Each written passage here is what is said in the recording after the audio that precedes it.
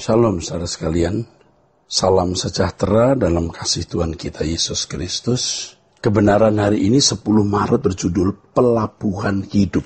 Saudara, kalau setiap individu ibarat sebuah kapal dan kehidupan ini adalah lautan, maka seseorang harus berhati-hati dan sungguh-sungguh cermat dalam memilih pelabuhan. Tentu saja banyak pelabuhan yang menarik, menawarkan berbagai fasilitas untuk dinikmati dan banyak kapal yang sudah merapat atau berlabuh di situ. Hendaknya kita tidak salah memilih pelabuhan. Kalau pelabuhan yang benar telah ditemukan, hendaknya segera berlabuh di pelabuhan tersebut sebelum kapal terbawa arus dan terhilang di lautan yang tidak terbatas. Pelabuhan yang benar adalah Tuhan sendiri. Banyak orang seperti kapal yang masih berlayar di lautan yang sangat ganas dan terus menyeret kapal hidupnya ke arah yang tidak jelas. Yesus adalah satu-satunya pelabuhan yang baik dan ia benar. Dan ia berkata, datanglah kepadaku. Yesus adalah satu-satunya pelabuhan yang baik dan benar. Ia berkata, datanglah kepadaku. Panggilan itu berarti agar setiap orang berlabuh hanya pada pelabuhannya. Banyak kapal yang tahu bahwa itulah pelabuhan yang baik dan benar, tetapi mereka masih meragukan apakah dengan berlabuh di pelabuhan ini, yaitu Tuhan, mereka menemukan kelegaan. Banyak orang meragukannya sebab mereka tidak terbiasa dengan kelegaan versi yang ditawarkan oleh Yesus. Keraguan itu sendiri terbangun oleh berbagai fakta yang mereka lihat antara lain. Mereka menyaksikan banyak orang Kristen yang rajin ke gereja tetapi tidak menunjukkan ketenangan jiwa. Seakan-akan kekristenan tidak menjawab kebutuhan jiwa mereka. Nah, tidak sedikit orang Kristen yang keadaan jiwanya tidak lebih baik dari orang-orang non-Kristen. Nah, orang-orang yang mencari pelabuhan ini jadi meragukan apakah Tuhan bisa menjadi pelabuhan. Faktor yang lain, mereka melihat atau menemukan rohaniwan yang menunjukkan sikap materialisme. Seakan-akan Tuhan Yesus tidak cukup menjadi pelabuhan kehidupan ini. Padahal mestinya seorang rohaniwan hidup dalam persekutuan dengan Allah, bisa menunjukkan gaya hidup yang sekaligus menunjukkan bahwa Yesus cukup bagi mereka. Kehidupan rohaniwan ini bisa menjadi model atau pola dengan mana orang membentuk dirinya. Seorang rohaniwan yang materialistis itu mengesankan bahwa sukacita damai sejahteranya masih ditopang oleh perkara dunia. Itu membuat jemaat tidak mempercayai Allah sebagai pelabuhan.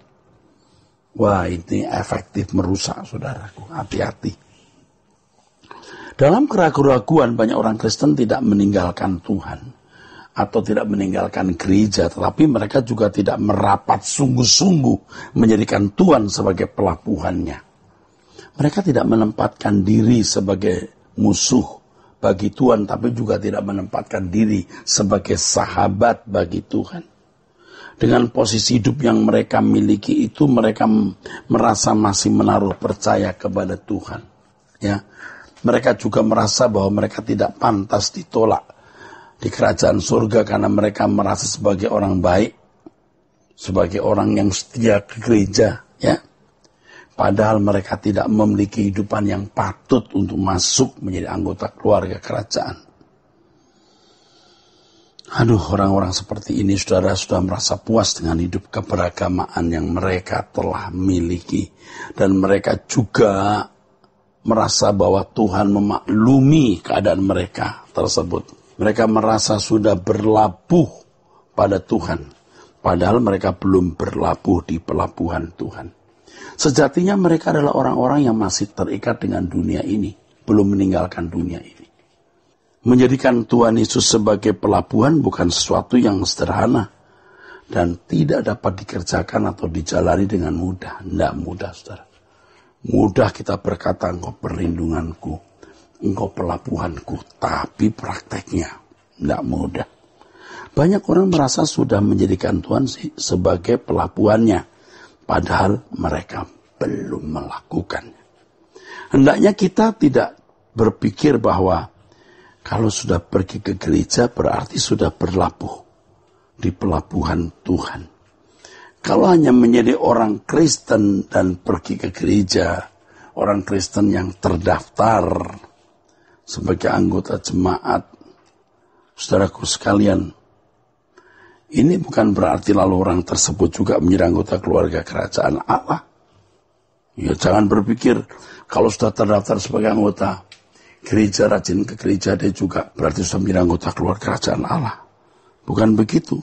Jadi hendaknya kita tidak berpikir kalau sudah pergi ke gereja berarti sudah berlabuh di pelabuhan Tuhan, lalu menjadi anggota keluarga kerajaan. Kalau hanya menjadi orang Kristen dan terdaftar sebagai anggota sebuah gereja, bisa saja baru masuk wilayah pelabuhan, tapi belum berlabuh, apalagi membuang sauh atau jangkar. Ya, sauh adalah alat pemberat yang sama dengan jangkar. Untuk mengkaitkan kapal dengan pelabuhan, supaya kapal tidak bisa bergerak di bawah ombak. Kalau kapal masuk pelabuhan Yesus, kapal hidup kita harus belajar memenuhi syarat guna menemukan kelegaannya. Membuang sauh adalah syarat yang tidak bisa digantikan dengan apapun, ya. Membuang jangkar, membuang pemberat supaya kapal tidak kemana-mana lagi. Membuang sauh sama seperti seseorang menguburkan diri di suatu pemakaman. Kapal itu tidak boleh berlayar lagi. Itulah perhentian terakhir. Ia harus rela tidak lagi menikmati dunia seperti orang pada umumnya. Pelabuhan itu adalah kuburan bagi kapal yang berlabuh. Dengan membuang sauh berarti kapal tidak akan bergerak lagi. Dalam kekristenan, kesediaan untuk membuang sauh ini adalah baptisan air. Baptisan menjadi lambang kematian. Meninggalkan cara hidup yang lama dan mengenakan hidup yang baru. Dan punya komitmen tidak lagi hidup seperti sebelum mengenal Tuhan atau seperti sebelum bertobat. Sebutan Kristen adalah sebutan yang mengandung resiko kematian bagi yang menyandangnya. Jadi kalau saudara berani menjadi orang Kristen, berarti berani mati. Mati terhadap kesenangan dunia, mati terhadap manusia lama, ya. Dan memang akhirnya tidak takut mati secara fisik. Dalam hal ini kita bisa mengerti kalau Yesus berkata, barang siapa mau menyelamatkan nyawanya, ia akan kehilangan nyawanya. Tapi barang siapa kehilangan nyawanya karena aku, ia akan memperolehnya. Ini jelas, saudaraku. Ya. Karena barang siapa mau menyelamatkan nyawanya, ia akan kehilangan nyawanya. Tapi kalau kehilangan nyawa karena Tuhan, akan memperoleh nyawa baru. Yesus juga berkata di ayat berikutnya, apa gunanya orang memperoleh segenap dunia kalau jiwanya binasa. Nah, saudaraku, dalam pernyataan ini Yesus menyingkapkan suatu kebenaran bahwa seseorang tidak akan mendapat nyawa kalau tidak kehilangan nyawa.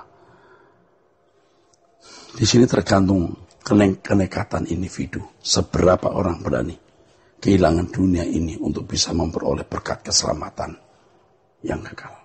Sola Gracia.